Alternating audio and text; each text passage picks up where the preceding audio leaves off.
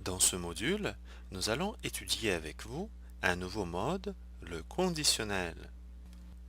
Nous allons passer en revue la formation du conditionnel pour passer ensuite à l'étude détaillée de l'emploi de ce mode. Le conditionnel est le mode de la supposition.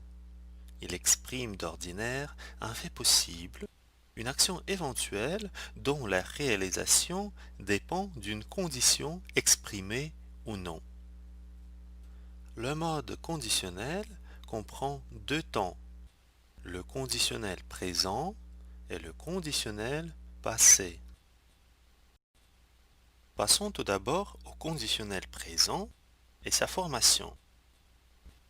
Le conditionnel présent se forme avec le même radical que le futur simple, plus les terminaisons de l'imparfait AIS, AIS, AIT, IONS, IEZ, AIENT. Donc il s'agit des mêmes formes verbales que dans le futur simple. Nous gardons les mêmes changements orthographiques aussi que les mêmes formes irrégulières. Conjuguons ensemble quelques verbes au conditionnel présent. Parler. De même qu'avec le futur simple, nous prenons l'infinitif du verbe et nous y ajoutons les terminaisons de l'imparfait.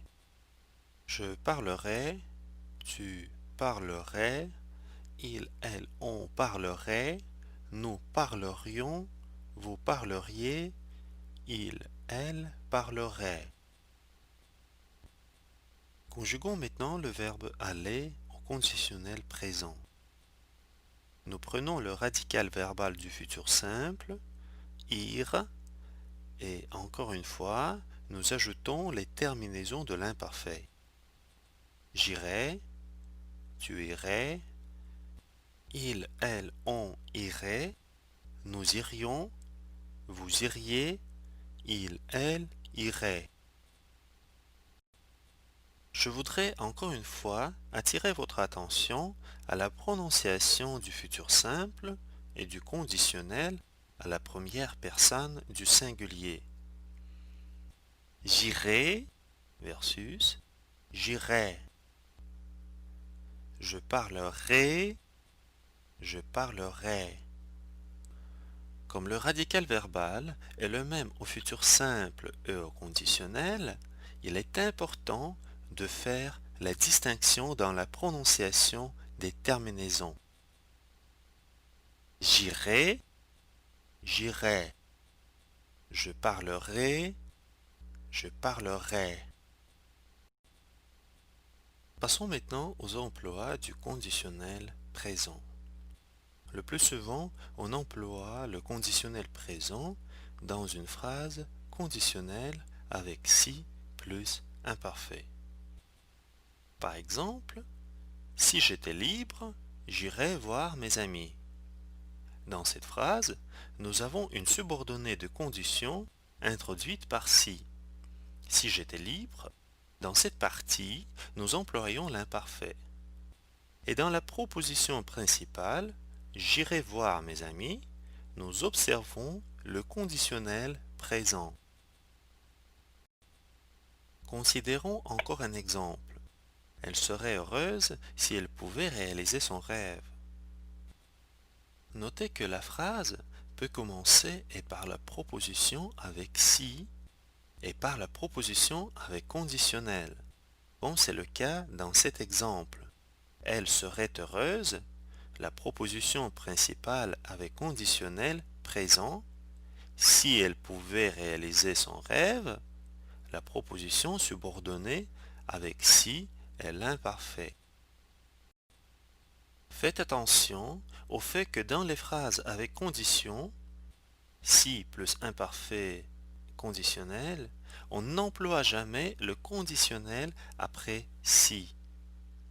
Comme dans les exemples que nous avons déjà observés avec vous. Si j'étais libre, j'irais voir mes amis. Elle serait heureuse si elle pouvait réaliser son rêve. Nous n'avons pas de conditionnel après si. Ne confondez pas les exemples précédents avec les phrases avec une interrogation indirecte où nous employons le conditionnel après si. Par exemple, il a demandé est-ce qu'il partira demain? Si nous transformons cette question dans une interrogation indirecte, nous recevons la phrase suivante. Il a demandé si elle partirait le lendemain. Dans cet exemple, nous employons le conditionnel après si, mais ce n'est pas le même si que dans la proposition conditionnelle. Faites-y attention. Le conditionnel peut aussi marquer une action supposée ou une action possible dans des phrases sans si. Par exemple, il pourrait encore le faire. C'est une phrase simple, sans la subordonner. Nous employons le conditionnel dans cette phrase pour exprimer une possibilité. Ce serait une folie de le faire.